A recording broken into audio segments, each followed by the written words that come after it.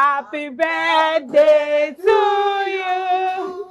Happy birthday to you.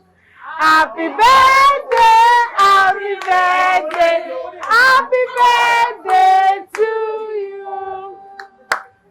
May the good Lord bless you. May the good Lord bless you. May the good Lord bless you from now. May the good Lord bless you. For he's a jolly good fellow. For he's a jolly good fellow.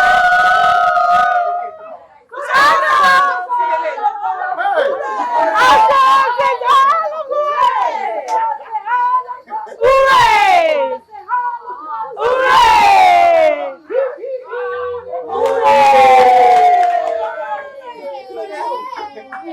How do you like this? It's not presentable like that.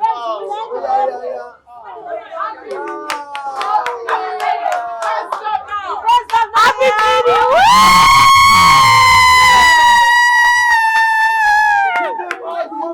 Give him all one. Thank you. It's fast, yo.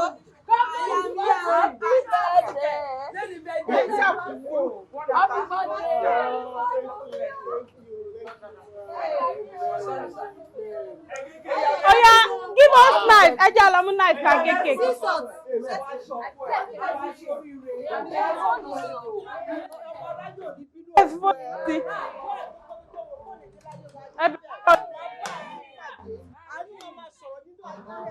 Abela ọjọ́ yìí bí a wà lọ́wọ́ jẹ́.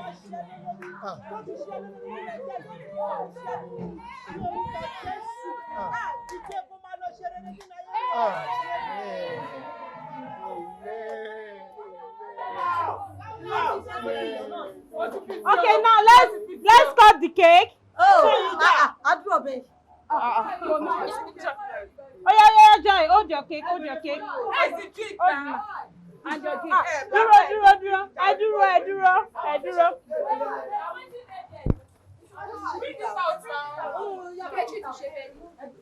Wow.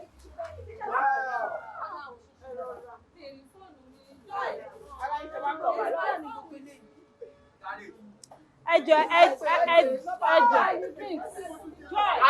So let me get that gift. Don't let me say that makeup people. Surprise! How did you guys plan on this? What is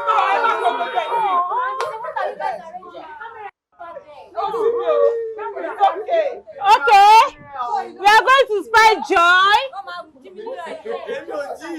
Let's do it quickly. Hey. Be washing the rice. Okay, get him and wash right. Sorry, please, let's do it quickly. 1, 2, go.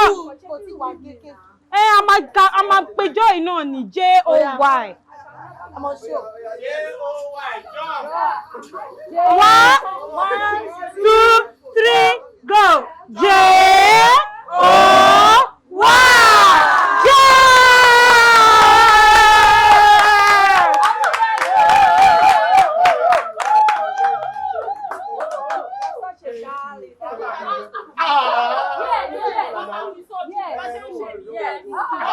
You're not a Jay-Z. You're not a Jay-Z. Sir, put the camera. Face the camera. You make video for us. You make video for us. I think you're looking at nice. I'm looking at This one is nice.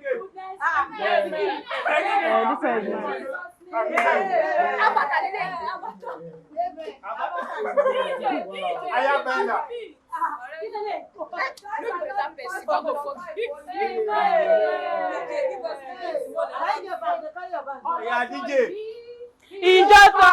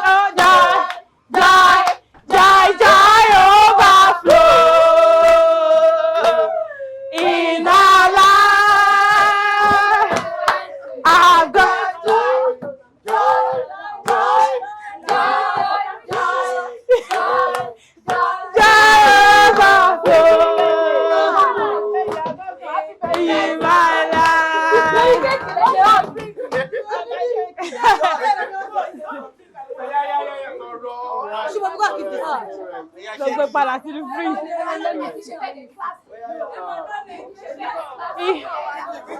Should we start this sleep?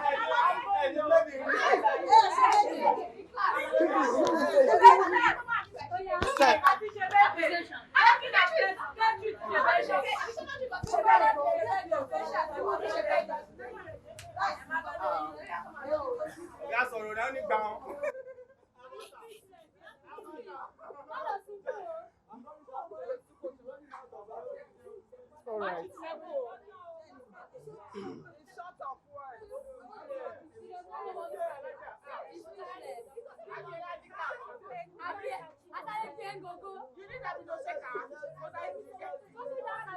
All right.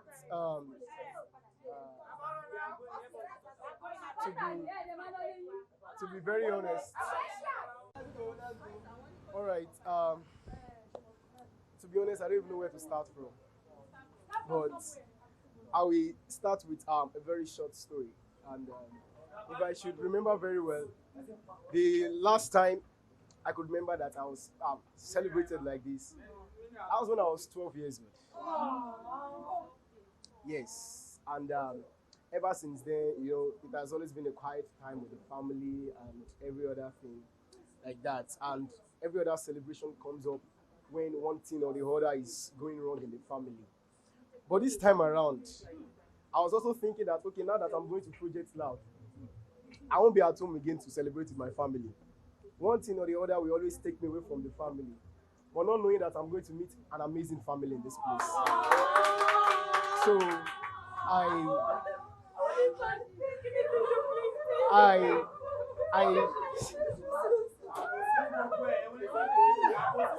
I really want to appreciate every one of you. I want to especially appreciate the catering department. Many people might have been saying that out of every sector that they've been, that this part of sector might look like the roughest one, probably because of our difference. She said it this morning, but actually this is the best.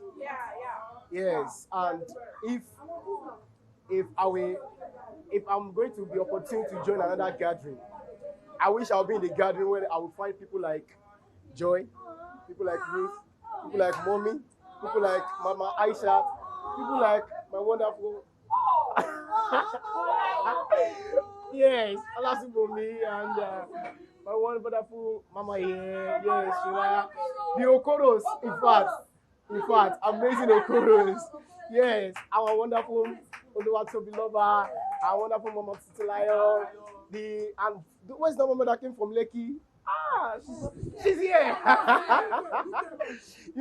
We are just a mixture of beautiful minds, and I'm very much happy that we gather here at Project Loud. So I want to use this opportunity to appreciate Project Loud for giving us this kind of forum to gather here today. And I also want to appreciate our governor, our able governor, Governor Babajide Sanwo-Olu.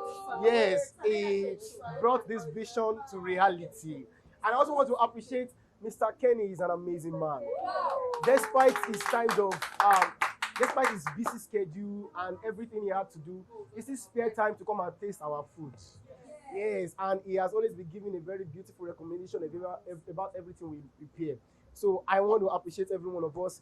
Sister Lide, you are wonderful. You are wonderful.